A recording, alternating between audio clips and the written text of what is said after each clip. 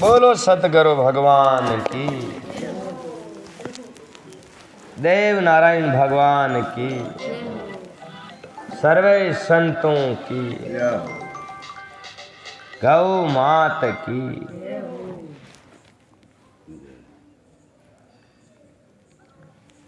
वेद नादेश्वर ज्योतिर्लिंग के प्रगट की कथा तथा उनकी महिमा। श्यानाथ जी महाराज की वेदनाथ की वेदनाथ ज्योतिर्लिंग कृष्ण प्रगट हुआ और कृष्ण वहां की धाम चाली जी की बात आज ही मैं ये अध्याय में चाह रही। वेदनाथ सोजी कहते हैं, अब मैं वेदनादेश्वर ज्योतिर्लिंग का पाप हारी महावाक्य बताऊंगा। सुनो। राक्षस राज रावण जो बड़ा अभिमानी और अपने अहंकार को प्रकट करने वाला था, रावण राजा उत्तम पर्वत कैलाश पर भक्ति भाव से भगवान शिव की आराधना कर रहा था। कुछ काल तक आराधना करने पर जब महादेव जी प्रसन्न नहीं हुए,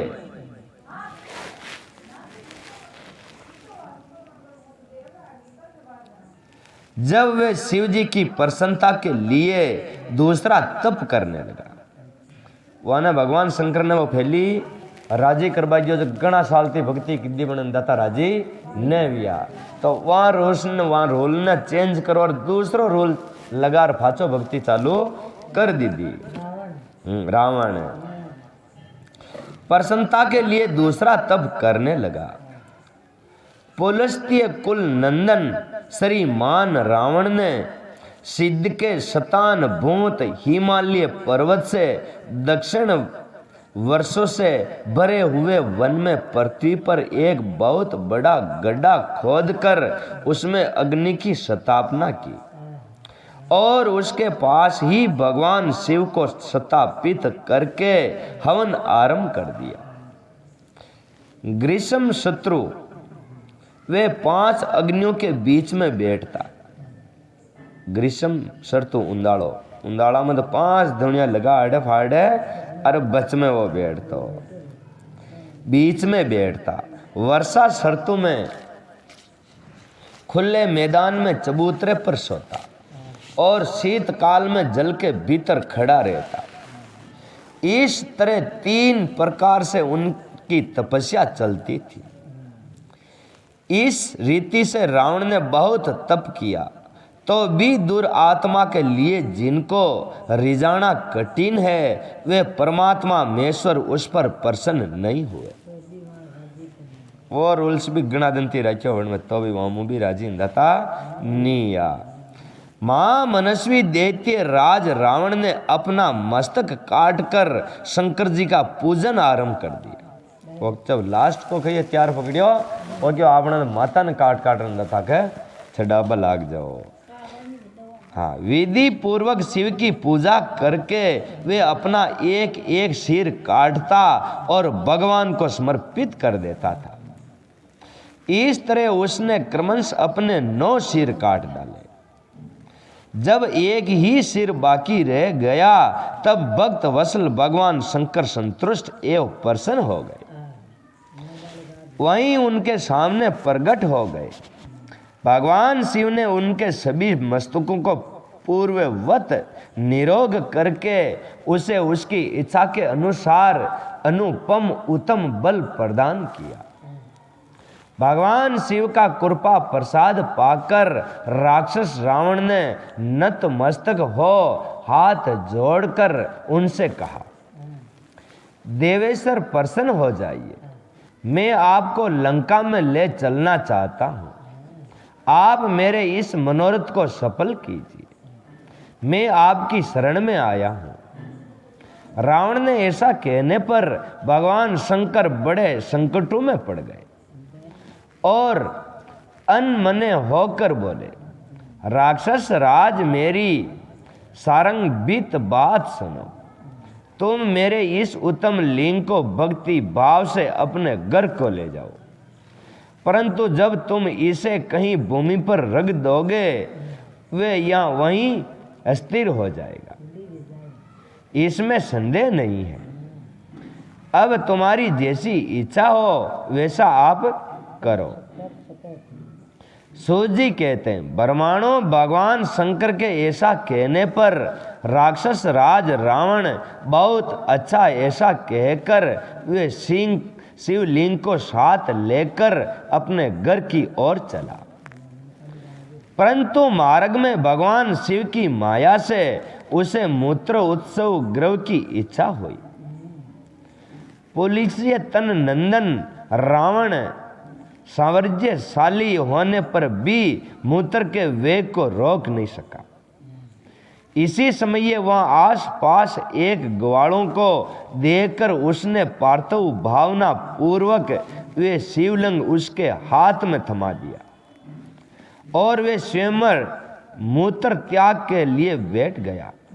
एक मुहूर्त बीतते वे ग्वाला उस शिवलिंग के भार से अत्यंत पीड़ित हो व्याकुल हो गया।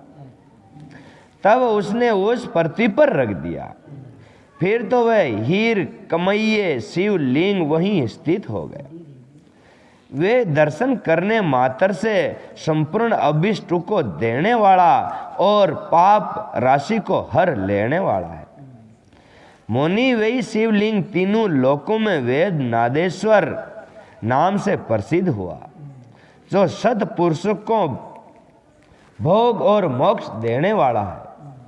ये दिव्य उत्तम एवं श्रेष्ठ ज्योतिर्लिंग दर्शन और पूजन से भी समस्त पापों को हर लेता है और मोक्ष की प्राप्ति कराता है। वे शिवलिंग जब संपूर्ण लोगों के हित के लिए वहीं स्थित हो गया, वे रावण भगवान शिव का परम उत्तम वर पाकर अपने घर को चला गया। वहां जाकर उसे महान असुर ने वे हर्ष के साथ अपनी प्रिया मंडोदरी को सारी बातें कह सुनाई। इंद्र आदि संपूर्ण देवताओं और निर्मल मुनियों ने जब ये समाचार सुना, जब वे परमसर सलाह करके वहां आए, उन सबका मन भगवान शिव में लगा हुआ था। उन सब देवताओं ने उस समय वहां बड़ी प्रसन्नता के साथ शिव का विशेष पूजन किया। वहां भगवान शंकर का प्रत्येक दर्शन करके देवताओं ने उस शिव लिंग की विधिवत स्थापना की और उसका वेजनाथ नाम रखकर उसकी वंदना सतवन करके वे स्वर्गलोक को चले गए। ऋषियों ने पूछा, सोजी जब वे शिवलिंग वहीं स्थित हो गया तथा रावण अपने घर को चला गया, तब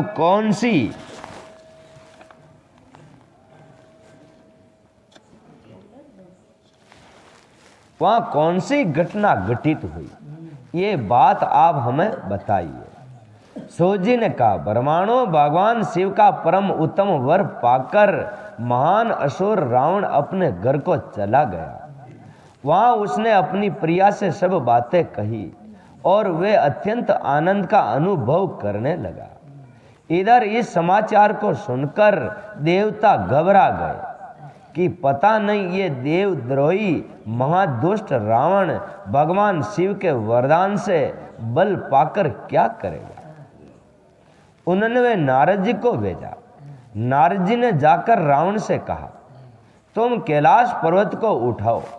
अब वो कड़ा बताइए, मैंने फांद बताई दूसरी ब्रेक पर्वत को उठाओ। जब पता लगेगा कि शिव जी का दिया हुआ वरदान कहाँ तक सफल हुआ है। और क्या जीजे तो भाई बातिया कौन आवे तो हाँ अजमासी करके बोले जार जीजे देखा मंत्र पाको योग निये वही खेच दियो तुम्हारे वही बातिया जावे तो जार बातिया जो थने नंगे फट जाए क्या थारो मंत्र सिद्ध वियोग न वियोग। रावण को ये बात जच गई। उसने जाकर कैलाश को उखाड़ लिया। इसे वे सारा कैलाश हिल गया। तब गिरजा के कहने से महादेव ने रावण को घमंडी समझकर इस प्रकार श्राप दे दिया। महादेव जी बोले, अरे दुष्ट भक्त दुर्बुद्धि रावण, तू अपने बल पर इतना घमंड मत कर। तेरी इन भुजाओं का घमंड चूर करने वाला वीर पुरुष शीघ्र ही इस जगत में अवतार धारण करेगा। हाँ, सूजी कहते इस प्रकार वहां जो घटना हुई उसे नारद जी ने सुना। रावण भी प्रसन्नचित्त हो वैसे आया था, उसी तरह अपने घर को लौट गया। इस प्रकार मैंने वेदनाथेश्वर महावाक्य को बताया है। इसे सुनने वाला मनुष्य पाप से भस्म हो जाता है। वहां का मैंने जो भी पाप वेजो वे भस्म हो जावे। नागेश्वर नाम के ज्योतिर्लिंग का प्रादुर्भाव और उसकी महिमा। सूजी कहते हैं, ब्रह्मांडो अब मैं परमात्मा शिव के नागेश नाम का परम उत्तम ज्योतिर्लिंग के अवतार का प्रसंग सुनाऊंगा। दारुका नाम से प्रसिद्ध कोई एक राक्षसी थी जो पार्वती के वरदान से सदा घमंड में भरी रहती थी। अत्यंत बलवान राक्षस दारुक उसका पति था। उसने बहुत से राक्षसों को साथ लेकर वहां सत पुरुषों का सहार मचा रखा था। अच्छा, साधु लोगों ने कष्ट पहुंचा मारतो दाड़तो यो नियम दाम चलावली गाठी। वे लोग के यज्ञ और धर्म का नाश करता फिरता था। पश्चिम समुद्र के तट पर उसका एक वन था जो संपूर्ण समृद्धियों से भरा रहता था। उड़ा वहां देश में कोई कमी नहीं। उस वन का विस्तार सब ओर से 16 योजन था। थोड़ा वजन ही हो, लंबो छोड़ो। दारुका अपने विलास के लिए जहां जाती थी वही भूमि वृक्ष तथा अन्य सब उपकरण से युक्त वे वन भी चला जाता था। वहां मतरो पावर हो जो वह झरने जाबो छाती ने वहां को गांव ही आको वहां के लार जाता। वह सीमा वहां का गांव गाके खेत बात सब वहां के लार जाता। अतरो हमें पार्वती माने पावर देवेली हो। देवी पार्वती ने उस वन की देख रेख का भार दारुका को सौंप दिया था। दारुका अपने पति के साथ इच्छा के अनुसार उसमें विचरण करती थी। राक्षस दारुक अपनी पत्नी दारुका के साथ वहां रहकर सबको भय देता था। उसे पीड़ित हुई प्रजा ने महर्षि औरव की शरण में जाकर उनको अपना दुख सुना।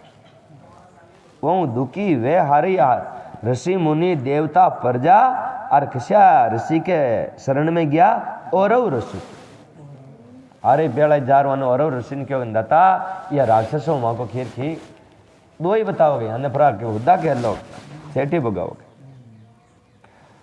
औरव ने शरणागतों की रक्षा के लिए राक्षसों को यह श्राप दे दिया कि ये राक्षस यदि पृथ्वी पर प्राणियों की हिंसा या यज्ञों का विध्वंस करेंगे तो उसी समय ये अपने प्राणों से हाथ धो देते। और क्यों खुणने भी दुख दीदो जिजाड़ी थाने मर जाओ यो वाने श्राप दे दीदो। बस दुख देते ही मरियो न जीजे वो कहाँ देवे दुख देते ही वन के वो अन्य दुख देते ही आप मेरे जीत न देव वही के बस यो वाने होगन गला दीदा जी होगन ने गाठा मान और वह देवताओं पंज बला गया। दो बैठोगे। देवताओं ने जब ये बात सुनी तब उन्होंने दुराचारी राक्षसों पर चढ़ाई कर दी।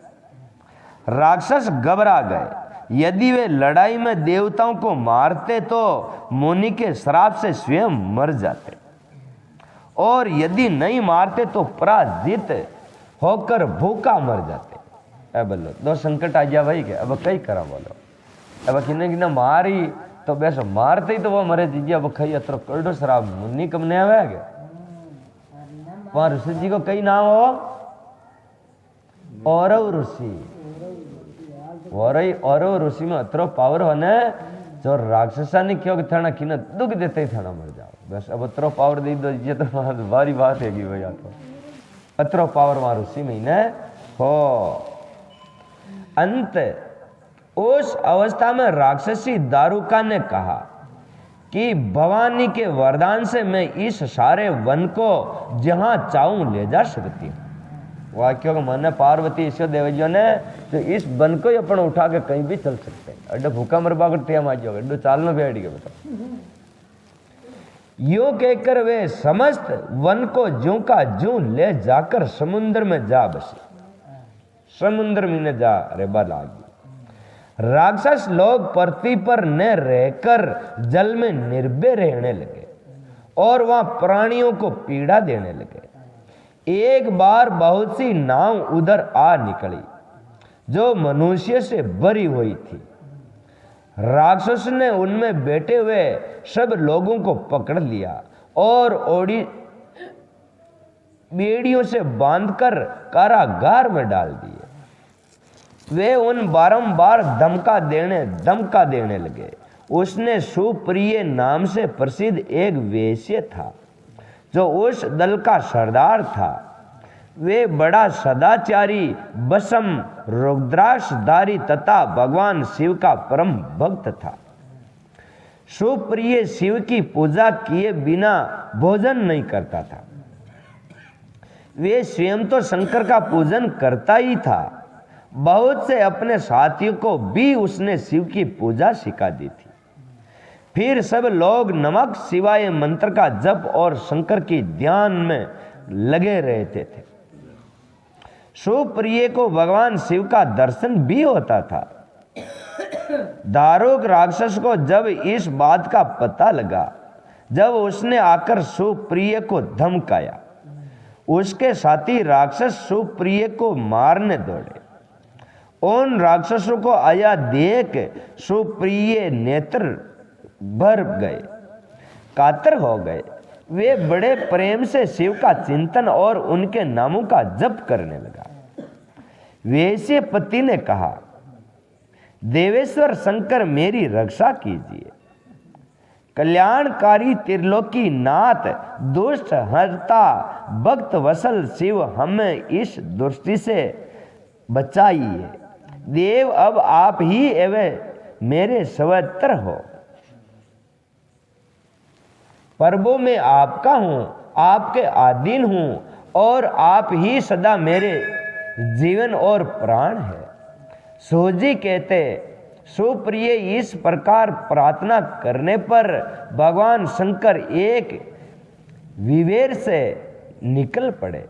उसके साथ ही 4 दरवाजों का एक उत्तम मंदिर भी प्रकट हो गया। उसके मध्य भाग में अद्भुत ज्योतिर्मय शिवलिंग प्रकाशित हो रहा था। उसके साथ शिव परिवार के सब लोग विद्यमान थे। सुप्रिय ने उनका दर्शन करके पूजन किया। पूजित होने पर भगवान शंभु ने प्रसन्न हो स्वयं पाशुवत अस्त्र लेकर प्रधान राक्षस और राक्षसों को सारे उपकरणों तथा सेवकों को भी तत्काल ही नष्ट कर दिया। वहां का पूरा डेरा नहीं नष्ट करना क्यों। और उन दुष्टों हरता शंकर ने अपने भक्त सुप्रिय की रक्षा की। वहां की बंदा था रक्षा की दी बामन की। तत्पश्चात अद्भुत लीला करने वाले और लीलाओं के शरीर धारण करने वाले शंभु ने उस वन को ये वर दे दिया कि आज से इस वन में सदा ब्राह्मण और क्षत्रिय और वैश्य और शूद्र इन चारों वर्णों को धर्मों का पालन हो। यहाँ श्रेष्ठ मुनि निवास करे और तमोगुणी राक्षस इसमें कभी नहीं रहे। शिव धर्म के उपदेशक प्रचारक और प्रतत्रक लोग इसमें निवास करें। सोजी कहते हैं, इसी समय राक्षसी दारुका ने दीन चित हो देवी पार्वती की स्तुति की। देवी पार्वती प्रसन्न हो गई और बोली, बताओ तेरा क्या कार्य करूं। उसने कहा, मेरे वंश की रक्षा कीजिए। देवी बोली, मैं सच कहती हूं तेरे कुल की रक्षा करूंगी। ऐसा कहकर देवी भगवान शिव से बोली, नाथ आपकी ये बात युग के अंत में सच्ची होगी। कही क्यों? यह बात था कि ये युग का अंत में सांची है। आलतरद मारी न हाथन में दुख न दे बदू, हाँ चालवा दो दू चाल भी दो, अंत में सच्ची होगी। तब तक तामसी सृष्टि भी रहे, ऐसा मेरा विचार है। मैं भी आपकी हूं और आपके ही आश्रय में रहती हूं। अंत मेरी बात को भी प्रमाणित सत्य कीजिए। वो क्यों माँ की बात ने भी होती करो, मैंने भी होगन खाया जी होगना थेना पार लगाओ। अंत मेरी बात को भी प्रमाणित सत्य कीजिए। ये राक्षसी दारू का देवी है, मेरी ही शक्ति है और राक्षसियों में बलिष्ठ है। अंत यही राक्षसों के राज्य का शासन करे। ये राक्षस पत्नियां जिन पुत्रों को पैदा करेगी वे सब मिलकर इस वन में निवास करें, ऐसी मेरी इच्छा है। यह बात कोई क्यों? बाबा पार्वती बाबा की। शिव बोले, प्रिय यदि तुम ऐसी बात कहती हो तो मेरा भी यही वचन सुनो। मैं भक्तों का पालन करने के लिए प्रसन्नता पूर्वक इस वन में रहूंगा और पुरुष यहाँ धर्म वर्ण धर्म के पालन में तत्पर हो प्रेम पूर्वक मेरा दर्शन करेगा। वे चक्रवर्ती राजा होगा। कलयुग के अंत और सतयुग के आरंभ में महासेन का पुत्र वीरसेन राजाओं का भी राजा होगा। क्या नाम होगा? वीरसेन। वे मेरा भक्त और अत्यंत पराक्रमी होगा और यहाँ आकर मेरा दर्शन करेगा। दर्शन करते ही वे चक्रवर्ती सम्राट हो जाएगा। सूजी कहते, ब्रह्मांडों इन प्रकार बड़ी बड़ी लीलाएं करने वाले वे दंपति परमसर मां युक्त वार्ता लाभ करके स्वयं वहां स्थित हो गए। ज्योतिर्लिंग स्वरूप में महादेवी भी वहां नागेश्वर कहलाए और शिवा देवी नागेश्वरी नाम से विख्यात हुई। वे दोनों ही सतपुरुषों की प्रिय हैं। इस प्रकार ज्योतियों के स्वामी नागेश्वर नाग नाम से माँ देव जी ज्योतिर्लिंग के रूप में प्रकट हुए हैं। वे तीनों लोकों की संपूर्ण कामनाओं को सदा पूर्ण करने वाले हैं। जो प्रतिदिन आदर पूर्वक नागेश्वर के प्रादुर्भाव का ये प्रसंग सुनता है वे बुद्धिमान मानव महापात को का भी नाश करने वाला और संपूर्ण मनोरथ को प्राप्त कर लेता है। बोलो भगवान शंकर की जय। रामेश्वर नाम ज्योतिर्लिंग अविभाव तथा महावाक्य का वर्णन। सूजी कहते हैं, ऋषियों अब मैं ये बता रहा हूं कि रामेश्वर नाम के ज्योतिर्लिंग पहले किस प्रकार प्रकट हुआ। इस प्रसंग को तुम आदर पूर्वक सुनो। भगवान विष्णु के रामा अवतार में जब रावण सीता जी को हर कर लंका में ले गया तब सुग्रीव के साथ 18 पदम वानर सेना लेकर, कतरा पदम ही नहीं 18 पदम, हजार नहीं, पद्मा में गणा हजार है। 18 पदम वानर सेना लेकर श्री राम समुद्र तट पर आए। वहां वे विचार करने लगे कि कैसे हम समुद्र को पार करेंगे और किस प्रकार रावण को जीतेंगे। इतने में ही श्री राम को प्यास लगी। उन्होंने जल मांगा और वानर मीठा जल ले आए। श्री राम ने प्रसन्न होकर वे जल ले लिया। जब तक उन्हें स्मरण हो आया कि मैंने अपने स्वामी भगवान शंकर का दर्शन तो किया ही नहीं है, फिर ये जल में कैसे ग्रहण करूं। हाँ वो क्यों आज अन्नदाता का दर्शन नहीं किया, पहली होगा दर्शन करना और बच्चा अपन जल पीना होगा। आज भूल किसी ने जागा अपन। ऐसा कहकर उन्होंने उस जल को नहीं पिया। जल रग लेने पर के पश्चात रघुनंदन ने पार्थिव पूजन किया। आहन आदि 16 उपचारों द्वारा प्रस्तुत करके विधि पूर्वक बड़े प्रेम से शंकर जी की अर्चना की। प्रमाण तथा दिव्य स्त्रोत्र द्वारा यत्न पूर्वक शंकर जी को संतुष्ट करके श्री राम ने भक्ति भाव से उनसे प्रार्थना की। श्री राम बोले, उत्तम व्रत का पालन करने वाले मेरे स्वामी देव महेश्वर, आपको मेरी सहायता करनी चाहिए। वो क्यों दाता माँ की सहायता था ने करनी छावा मैंने अतरो एकांत में पक्को करो था को और थाना खेवो जिसन मैंने रेवा जीजियो भाई माँ को काम था करना पेड़ी वो जो गंदा था माँ को काम था ने करना पेड़ी। आपके सहयोग के बिना मेरे कार्य की सिद्धि अत्यंत कठिन है। कठिन खैर अत्यंत कठिन है। कठिन तो हैवी है, कठिन तो ही जावे पर अत्यंत कठाई है, मैं न कर सकूंगा।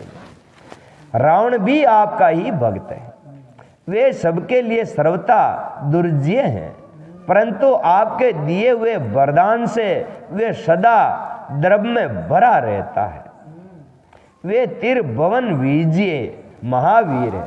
राम जी कही क्यों इन 3 लोकिन वो जीत वालो है, मैं उसको हरा नहीं सकता। वो तो त्रिभुवन विजेता है। अतरो मोटो दादो था को पहलवान है, वहाँ पहलवान ने मेरे को जीतना तो बहुत अत्यंत कठिन बात है। तो अंदाता आप जितने मतलब साथ न दे जितने मैं उसको जीत नहीं सकता हूँ। हाँ, इधर मैं भी आपका दास हूँ, सर्वथा आपके अधीन रहने वाला हूँ। भगवान शंकर छावे जो वे करे, वे रात और दिन विष्णु भगवान वहाँ की सेवा में खड़ा रहे। बेस नेमू हाल तो ही वहाँ के खींचा रहे जो चीज के मीने खड़ा रहे बड़ा कोई तबतर रहे बड़ा क्षण दाता है। विष्णु भगवान जैसा प्रिय भगवान शंकर के कोई भक्त नहीं है। जिज्ञा वाने अतरी हारी कुंचिया वाने देवली ने जी गुरु महाराज को जीव धाप जावे जिज्ञा वहाँ की जोड़ी वाने हमड़ावे जो वे नाजी महाराज जोड़ी वाने देवली वो अति प्रिय है कोई विष्णु भगवान। सदा शिव ये विचार कर आपको मेरे प्रति पक्षपात करना नहीं चाहिए। सोजी कहते हैं इस प्रकार प्रार्थना और बारंबार नमस्कार करके उन्होंने ऊंचे स्वर से जय जयकार जय शिव इत्यादि के उद्घोष करते हुए शिव का शतवन किया। फिर उनके मंत्र के जप और ध्यान में तप्तर हो गए। तदपश्चात पुण्य पूजन करके वे स्वामी के आगे नाचने लगे। अंदाता राजी है चखी की दो राम जी की दो चल नाच वाला आ गया हो गया लास्ट में नहीं आगे तो मत गई नाचवा हुई और आगे और की है वैसे अंदाता वैसे नाच सका यूं आगे मैंने था कि आगे बोरी राजी है जो वैसे अब कहीं नहीं आगे। उस समय उनका हृदय प्रेम से द्रवी हो रहा था। फिर उन्होंने शिव के संतोष के लिए गाल बजाकर गाल मतलब आप बूम बूम करांग नहीं करा गाल हूं क्योंकि गाल बजाकर वैद्यक्त शब्द किया। उस समय भगवान शंकर उन पर बहुत प्रसन्न हुए और वे ज्योति में परमेश्वर वामागत भूता पार्वती तथा पार्षद गणों के साथ शास्त्रयुग निर्मल रूप धारण करके तत्काल वहां प्रकट हो गए। श्री राम जी की भक्ति से संतुष्ट चित्त होकर महेश्वर ने उनसे कहा, श्री राम तुम्हारा कल्याण हो, वर मांगो।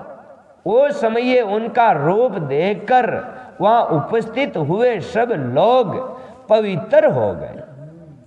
शिव धर्म परायण श्री राम ने स्वयं उनका पूजन किया। फिर भांति भांति की स्तुति एवं प्रणाम करके उन्होंने भगवान शिव से लंका में रावण के साथ होने वाले युद्ध में अपने लिए विजय की प्रार्थना की। क्योंकि दादा मना बच्चा बजा रहा और मैं उड़े जीत न चाहता दूज थान खेद में फैली कि भाई वो तो त्रिभुवन विजेता है। क्या है रावण 3 ही लोग को जीतने वाला है। मैं उसका सामना नहीं कर सकता हूं लेकिन मेरी भी जीत है नहीं था। मैं भी आपको दास हूं आपको भगत हूं दाता मारी जीत है नहीं था। तब राम भक्ति से प्रसन्न हुए। महेश्वर ने कहा महाराज तुम्हारी जय हो। खई खियो महाराज थकी जय हो।